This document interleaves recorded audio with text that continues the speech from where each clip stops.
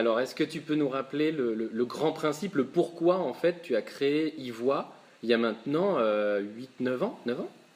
Oui, j'ai lancé Ivoire au moment où comment dire, déferlaient les blogs d'adolescents. Oui. C'est une époque qu'on a un petit peu oubliée tellement les choses vont vite. Mais à ce moment-là, c'était l'époque des skyblogs et la presse en parlait beaucoup et de façon extrêmement négative, méprisante à l'égard de la jeunesse, méprisante à l'égard d'Internet, donc à tout ce qui est nouveau, moderne, tout ce qui fait peur aux adultes de manière générale, donc avec des articles un petit peu partout enflammés sur nos pauvres adolescents qui écrivaient sur le web n'importe quoi, n'importe comment. C'était la décadence de la civilisation européenne déjà à l'époque. C'était avant les réseaux sociaux, on a eu le même phénomène quelques années après. Et moi ça m'a intrigué, cette histoire. Je n'y connaissais rien. Je suis allé voir, effectivement, j'ai vu des choses de qualité extrêmement inégale, c'est un euphémisme, mais en même temps, je me suis dit qu'il se passait quelque chose qui était passionnant pour un professeur de lettres, c'est que nos adolescents, les jeunes que j'avais en face de moi, eh bien, ce qui manifestait là, ce qui s'exprimait là, c'était une envie d'écrire. Et moi, je suis professeur de français, donc forcément, ça m'a interpellé, ça m'a intéressé, et donc j'ai lancé Ivoire en disant, il y a peut-être quelque chose là à essayer. Et voilà, c'est comme ça que j'ai créé Ivoire. Je ne savais pas, alors il y a eu quelques prémices d'Ivoire un petit peu avant, mais bon, le gros projet c'était quand même Ivoire. Et puis je ne pensais pas que je mettais le doigt sur un truc aussi fort, puisque, et comme tu le dis, on en est 9 ans, on est 9 ans après maintenant. Oui. Il y a à peu près 24 000 articles écrits par les élèves, 1 500 000 visiteurs bientôt. Une dynamique de lecture, d'écriture, de publication qui est à proprement parler stupéfiante. Alors je crois que ce que ça révèle, Ivoire, de ce point de vue, c'est bien le fait que nous avons affaire à une génération, celle des adolescents d'aujourd'hui, qui est dans toute l'histoire de l'humanité, celle qui aura le plus écrit. Les jeunes adorent lire et écrire, ils écrivent tout le temps, tous les jours, tous les soirs, sur leur smartphone, sur leurs écrans. Ils adorent ça. Donc on voit bien qu'il y a une appétence pour l'écriture. À nous de l'exploiter, professeur de français, parce qu'on ne peut pas passer à côté de ça. Oui. Et à nous de transformer évidemment ces appétences en véritables compétences d'écriture, de lecture, de publication. Parce que le défi d'Ivoire, c'est d'aller écrire pas n'importe quoi, n'importe comment, c'est d'aller écrire sur la littérature, autour de la littérature, que ce soit les classiques, que ce soit les contemporains. Alors le défi était de créer un blog où on accompagnerait la progression dans le programme tout au long de l'année, d'un objet d'étude à l'autre, au fil de l'avancée des cours, donc des différents genres littéraires, et donc de faire écrire les élèves des articles évidemment adaptés au web, des créations adaptées à l'écriture web, autour des œuvres lues, des textes abordés, des œuvres lues en lecture analytique ou en lecture cursive. Et ça marche du feu de Dieu. C'est vrai que ça marche énormément. Et alors, est-ce que le partenariat avec l'Italie est arrivé au même moment ou pas? Puisque j'ai Alors, vu qu'il y avait un projet eTwinning là derrière. exactement. Alors c'est arrivé quasiment juste après. J'ai fait un premier blog qui s'appelait Voix Iroise, du nom de mon lycée, qui était uniquement sur la poésie. Et il se trouve qu'une collègue italienne, professeure de FLE, professeure de français langue étrangère en Italie, est tombée dessus. Ça l'a beaucoup intéressée et elle m'a proposé de travailler ensemble. Et c'est là qu'on s'est lancé dans un projet assez démentiel, puisqu'il s'agissait d'aborder non seulement la poésie, mais tous les genres littéraires. Et il s'agissait d'aborder cela, non seulement par mes élèves en première année du lycée d'Ivoire, mais par des élèves qui sont des élèves quasi débutants dans l'apprentissage du français. Donc le défi aussi, c'était de relier, de travailler et la langue et la littérature par le web, et ceci par des élèves avec des niveaux complètement différents. Oui, oui. Et j'ai vu, alors ce qui est très intéressant, c'est que la plupart du temps, en fait, tu fais comprendre, enfin j'ai l'impression que tu fais comprendre les œuvres littéraires que tu abordes par l'écriture de tes élèves. C'est-à-dire, on voit qu'il y a des créations qui sont toutes, qui sont parfois stupéfiantes.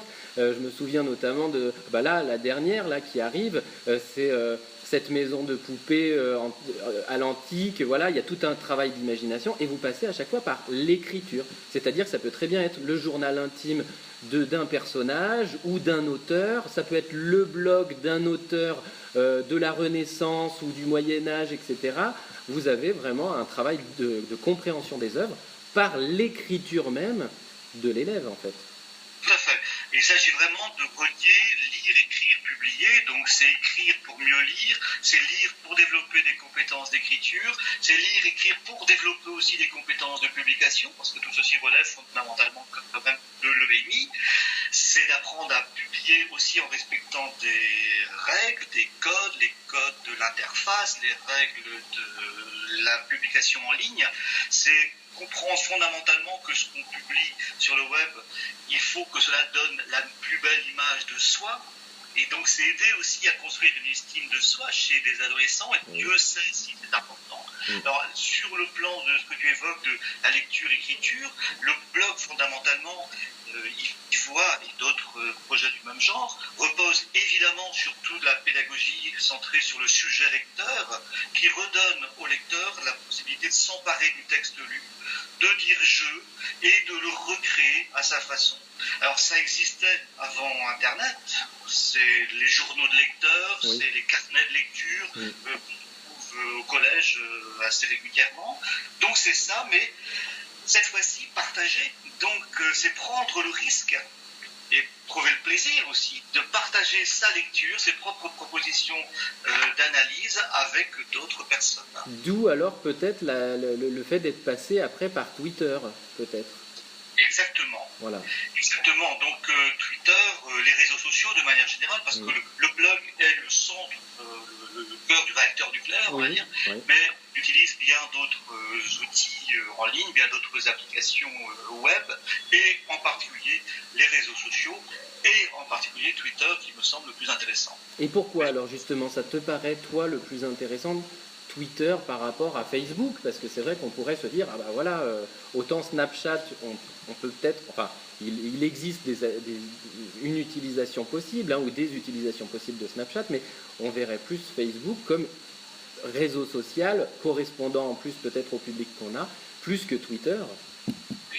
Et alors, on est sur Facebook aussi. Oui. Donc il y a un compte Facebook lié au projet de la classe, qui a à la base le même rôle que le compte Twitter. Le compte Twitter, voit comme le compte Facebook, fondamentalement ont une fonction de diffusion, de communication des articles écrits par les élèves, alors pas de tous, des articles choisis.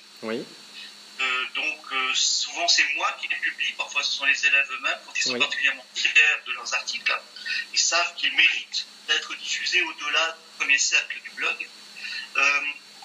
C'est très très important. En fait, moi je me suis rendu compte de ça, n'existe pour un adolescent aujourd'hui que ce qui existe sur le web. D'accord.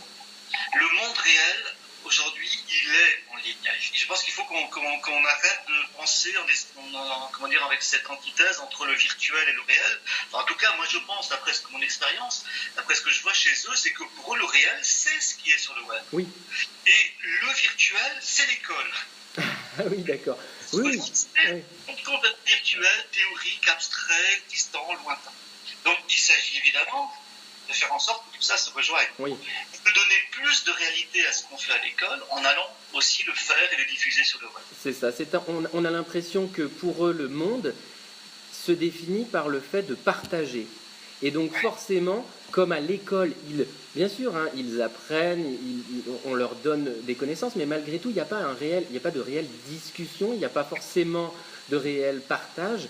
En revanche, dans le monde d'Internet, là, il y a du partage, et là, effectivement, là, il y a un monde, puisque de toute façon, en même temps, le monde, c'est ça, c'est l'interaction avec l'autre. Et effectivement, eux, ils ne voient pas du tout l'idée du virtuel dans Internet, ça c'est vrai. Exactement. Alors moi, je me suis beaucoup interrogé sur pourquoi ça marche autant. Oui. Et oui. Donc il y a plusieurs explications. Hein. Il y a ce que je disais tout à l'heure, le goût de l'écriture. Il y a aussi la prise en compte de nouvelles façons d'écrire liées à cette génération, notamment d'une nouvelle textualité numérique, qui fait que pour les adolescents d'aujourd'hui, un texte, ce n'est pas que des mots. La textualité est bien plus riche, bien plus composite. Il y a des images, il y a du son, de la vidéo, des hyperliens, etc. Et du coup, il y a de nouvelles formes scolaires à inventer par rapport aux formes traditionnelles, canoniques, académiques. Ça ne fonctionne plus. Alors au collège, je connais un peu moins, je suis professeur de lycée, mais ce que je vois, c'est la différence, l'écart énorme entre la qualité de ceux qui sont capables de rendre dans des productions de type dissertation, commentaire, et je ne suis pas le seul à le dire, hein, tous les collègues s'en plaignent, se désolent. Oui. La qualité que je vois au quotidien de ce qu'ils sont capables de faire quand on leur propose de rendre compte de leur lecture de façon plus créative, subjective, et en faisant appel à de nouvelles façons d'écrire. C'est ça. Donc il y a ça qui est important. Et puis il y a l'autre point sur lequel tu mets l'accent là, et je n'en avais absolument pas conscience, ou en tout cas pas autant quand j'ai commencé. Les élèves travaillent à l'école quand le travail a du sens. Et qu'est-ce qui donne fondamentalement du sens au travail? C'est pas la note, hein. C'est pas noté ce qu'il y a sur le doigt. On ne demande jamais, monsieur, est-ce que ça va être noté? La question ne se pose pas. Oui. Ce qui donne du sens au travail, c'est quand le travail a un destinataire. Oui. On le fait pour quelqu'un, à destination de quelqu'un. Et ce destinataire, ça ne peut pas être le prof. Le prof, c'est un faux destinataire, c'est une simple fonction. Hein. Donc du coup, on peut lui rendre des copies avec plein de fautes d'orthographe, parce que s'il ne voulait pas lire de fautes d'orthographe, il n'avait qu'à faire un autre métier. C'est ça. C'est ça, c'est bien fait pour sa gueule. Donc, il faut un destinataire, un vrai, pas quelqu'un qui est là dans son costume de prof. Alors pour tous les tout petits, le destinataire, ça peut être les parents. Oui. On peut travailler pour les parents. Oui. Très très vite, le vrai destinataire, ce sont les pères, l'IRS. C'est ça. On connaît tous les intérêts des travaux de groupe, de la socialisation, il n'y a pas besoin d'Internet pour arriver à ça. Mais quand on va sur le web, évidemment, il y a les pairs qui sont là, les autres élèves de la classe. Voilà. Mais ça multiplie les destinataires. Pour mes élèves, les destinataires, c'est non seulement moi, ce sont les autres élèves de la classe, ce sont les Italiens qui sont dans le projet, c'est tous les internautes susceptibles de venir vous voir et de réagir à leur production, ce sont les écrivains sur lesquels ils travaillent qui régulièrement interagissent via Twitter ou en laissant des commentaires sur le blog, ce qui fait qu'on arrive au niveau où ce ne sont plus seulement mes élèves qui commentent les écrivains, c'est des écrivains qui commentent les élèves. T'imagines, la révolution pédagogique, c'est un délice de prof d'arriver à ça. Moi, je ne sers plus d'intermédiaire. Mais mes élèves travaillent parce qu'il y a tous ces gens qui sont là derrière. Mes élèves se prennent pour des professeurs de littérature française à destination des Italiens. C'est énorme. Et les élèves italiens qui sont fleux, qui apprennent le français, qui ont 2-3 ans de français, me raconte ma collègue italienne, ils auraient la honte d'écrire des articles sur le blog où il y aurait plein de fautes. Donc du coup, ils cherchent à se faire corriger en permanence et ils font des progrès fulgurants, me raconte-t-elle, dans la maîtrise de la langue. Ah oui, alors bien sûr, il reste des fautes. Hein. Bien sûr. Il reste des maladresses, que les articles sont de qualité inégale, plus ou moins intéressants, etc. Mais il y a des choses remarquables et surtout, ce que je vois, c'est combien tous les élèves donnent le meilleur d'eux-mêmes et progressent. C'est ça qui est fascinant, justement parce qu'ils sont dans ce projet collectif. C'est ça. Collectif, ce souci du destinataire. C'est ça. Ça, c'est vraiment intéressant. Quand on parle de Twitter, oui, dis-moi.